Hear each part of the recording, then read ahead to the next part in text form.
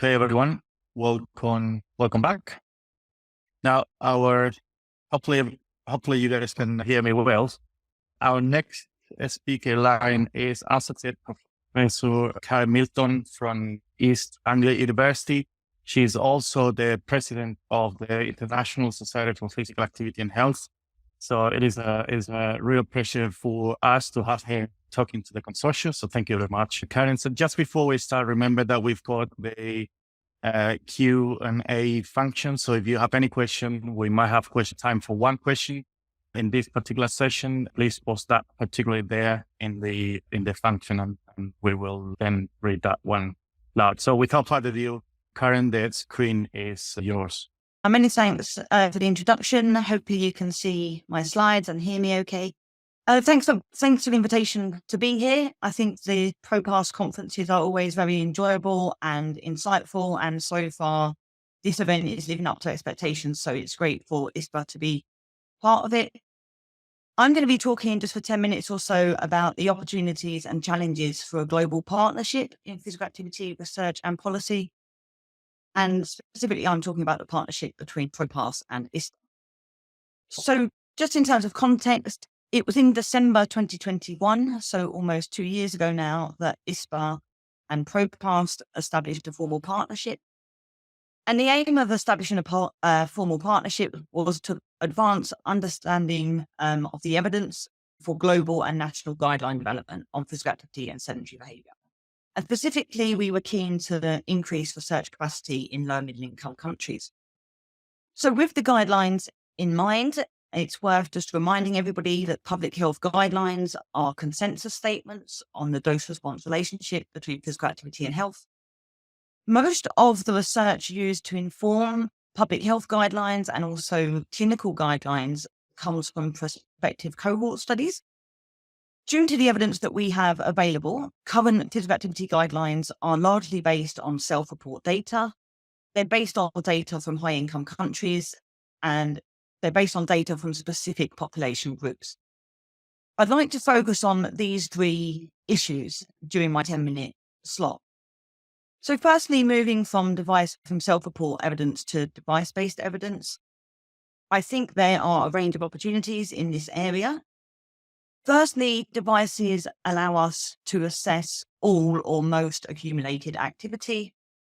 Devices are providing evidence on the benefits of light intensity activity, which we previously didn't capture or we specifically overlooked when we were measuring via self-report. Devices are providing evidence on the health benefits of steps, and there's been some really useful discussion recently on the potential to have a step-based guidelines in the future. Devices provide insights into the role of sporadic incidental activity. They allow us to explore patterns in which physical activity is accumulated. We're gaining much deeper insights into the joint associations between physical activity and sedentary behaviour and also sleep, and we've already heard some of those insights this morning. And obviously, these sorts of device-based data provide the potential for data pooling and harmonization, which is exactly what ProPASS is spearheading.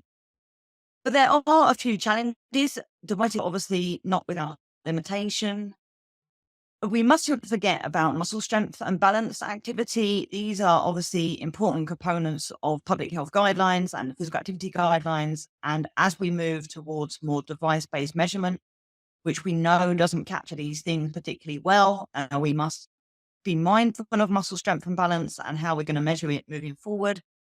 Domain is also important. We know a lot about the different associations between occupational physical activity and health outcomes. We know that the pattern or the associations differ by domain.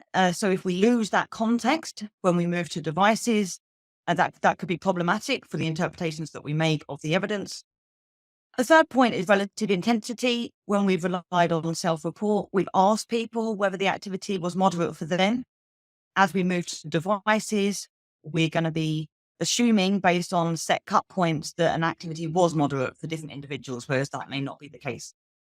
Finally, in terms of the challenges for this aspect, the self-report to devices, there's going to be a challenge when we're trying to combine these different sources of evidence when we create the next set of national or global physical activity guidelines. We've got a lot of data from self-report.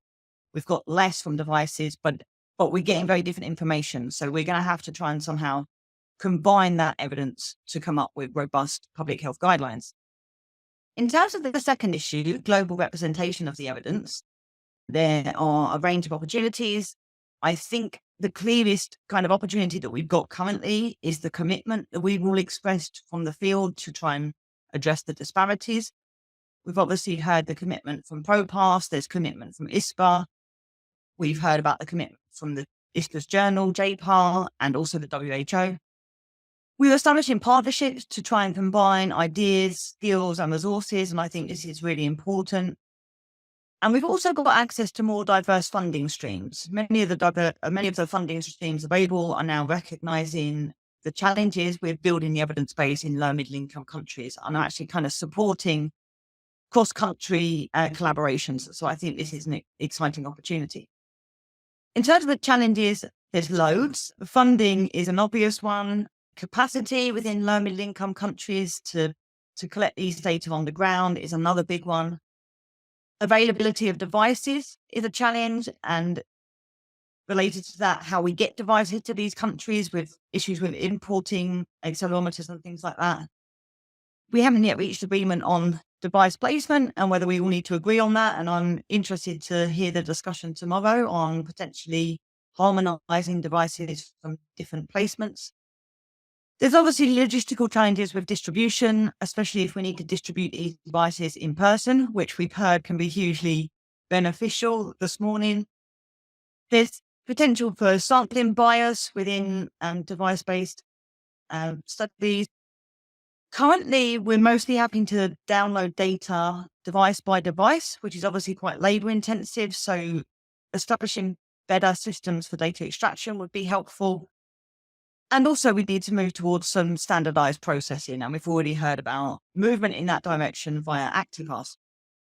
In terms of the final issue that I want to briefly talk on, representativeness across different population groups, I'm specifically going to focus on disability because that was the group that I was on when we developed the WHO physical activity guidelines a few years ago. Building on the work that Richard presented earlier on the review that was done for ProPASS to look at how physical activity is being assessed in prospective and cross-sectional studies, we took ProPASS searches and looked at how disability is being assessed within those studies. And we found that disability assessment is very patchy. There seems to be no agreement on how we define disability and how we assess disability. And I think ProPASS moving forward, as it establishes new cohorts and works out what we want to be measuring in those cohorts, I think there's an opportunity to do a much better job of measuring disability so that we can stop leaving this group behind and ensure they're well represented within the cohort studies. There are a few challenges in this regard. Firstly, we typically had a reliance on a medical model. So we assess what chronic conditions people have got. We know that there's a lot of heterogeneity within chronic condition groups. Not all people that have got heart disease are the same. Not all people that have got cancer are the same. So we've done some work to try and better understand the associations between chronic conditions and impairments and which elements of those chronic conditions and impairments are most strongly associated with physical activity participation. So you can expect some new papers coming out on this topic pretty soon. And I think we need to reach consensus on what to measure and how when we're trying to measure disability and other studies on physical activity. So moving forward, ISPA is working to enhance its reach. We have reduced membership rates for low and middle income professionals and students to try and encourage engagement with the society. We've now established a low and middle income country research council, which currently has 107 members. So we're really pleased about that new initiative. Last year, we had scholarships for low and middle income country researchers to attend the ISPA Congress, and we hope to do that again for the upcoming Congress in Paris next year. We continue to try to build our links with the regional physical activity networks. And also ISPA News, which is our monthly newsletter, is freely available to everybody, whether you're a member of ISPA or not. So hopefully if low and middle income country people are unable to access membership, they can still keep up to date with all the latest developments. In terms of there's several initiatives under discussion. One is around a potential device repository so that we can kind of pull these devices together and distribute them to low middle income countries. Running capacity building courses to build capacity among researchers in low middle income countries. And also knowledge translation activities such as this ProPASS conference. In terms of knowledge translation, I would just like to finish with a little plug to the ISPA Congress 2024. The Congress is being hosted by the French Society of Public Health and is co-sponsored by the WHO, which we're extremely grateful for. The title is Accelerating Policy and Practice to Ensure Physical Activity for All. The date has recently changed. We've had to shift by a week. So the date of the conference is the 28th to the 31st of October, and abstracts open in around 4 weeks from now. I've been in discussion with Manos about opportunities for different session formats at 2024, but we'd also invite abstracts from anybody that's interested in this type of work. Many thanks for your attention, and I look forward to any questions if there's a quick question.